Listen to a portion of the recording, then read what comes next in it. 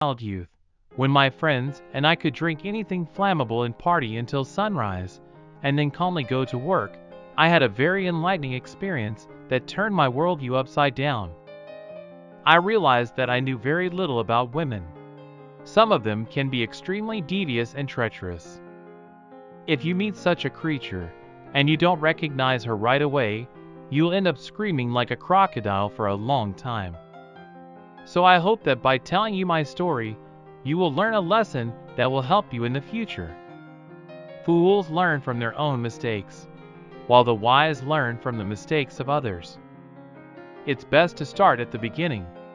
I had a girlfriend named Jennifer. We met in our senior year of college, dated briefly, but nothing serious happened between us. Still, I enjoyed talking to her.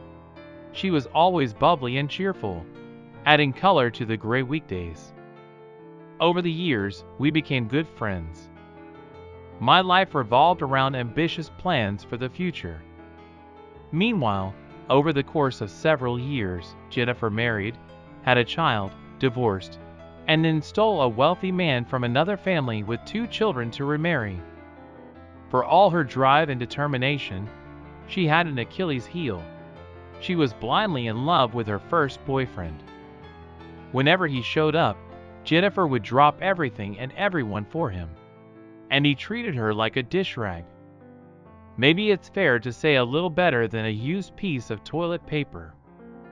All he had to do was call and Jennifer would pull up her skirt and run to him. He did whatever he wanted with her.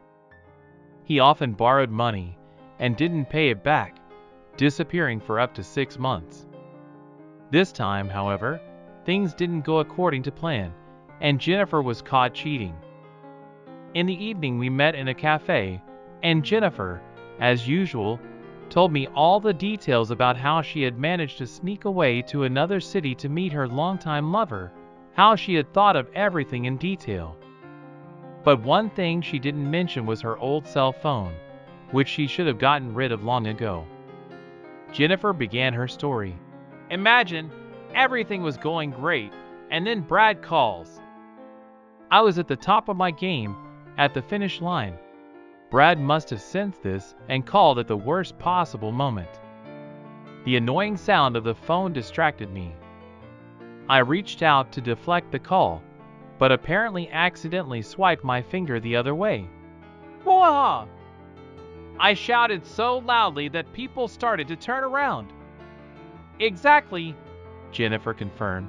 I checked my phone this morning and realized that Brad had spent 15 minutes listening to the pictorial details of my affair, and I wasn't holding back at that point, as you can imagine. I laughed because the absurdity of the situation was hard to comprehend, but my friend didn't seem worried at all. Jennifer continued, In the morning I tried to call him, but he... Jennifer paused. Didn't pick up, apparently, and we didn't talk until I got back. And did he forgive you? I asked. Jennifer tried to confront me, but I confronted him. I said I was at my sister's, and we talked in the kitchen over wine until morning.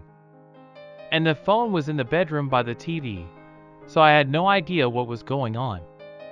Jennifer laughed and said, Get this, the fool believed it. I looked at my friend and realized how simple it all was.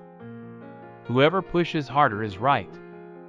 That's how she cheated, got caught, but still got away with it, leaving Brad feeling guilty. I thought, it's a good thing we never had a serious relationship. Otherwise, I could have easily been in Brad's place with horns in the way of getting through doors, broken and insulted. But life put everything in its proper place, and very soon. 3 months later, Brad dropped the horns in the middle of his birthday party.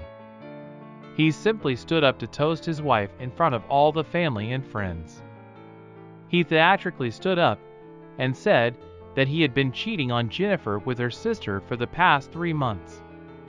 He noted that her sister was much better in bed and climaxed with moaning that he heard on her phone that she left by the TV. Still, he drank up and just left her birthday party. Jennifer didn't feel particularly ashamed it was just a minor annoyance to her. But her father, who was at the party, saw his daughters in a completely different light. Jennifer continues to run with her skirt hiked up to her lover. She and her sister didn't even fight. But it was harder with their father.